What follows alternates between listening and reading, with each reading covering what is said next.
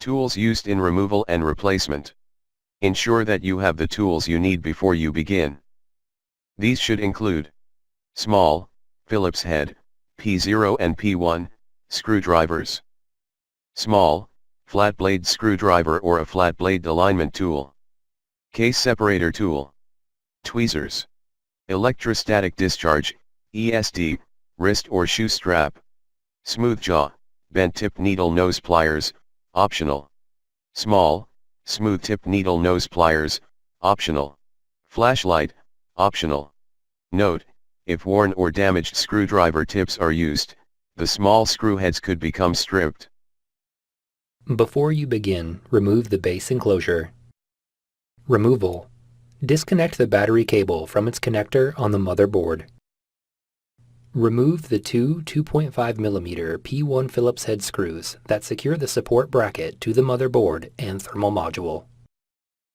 Lift the support bracket off of the motherboard and thermal module and remove.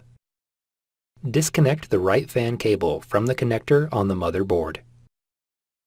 Disconnect the left fan cable from the connector on the motherboard.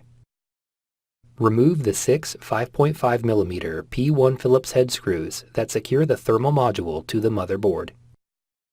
Note, the thermal module has numbers adjacent to the following 7 screws. Loosen the 7 P1 Phillips head screws that secure the thermal module over the processor components in numerical order.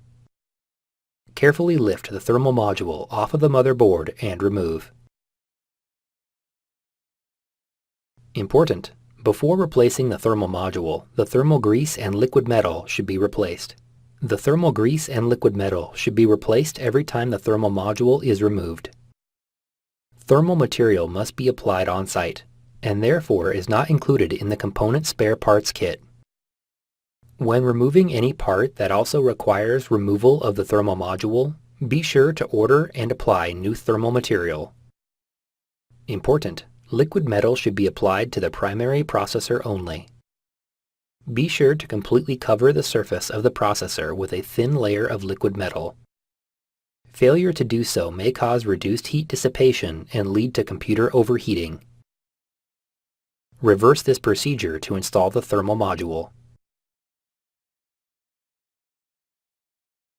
Thanks for watching. Please click subscribe for more videos and weekly updates.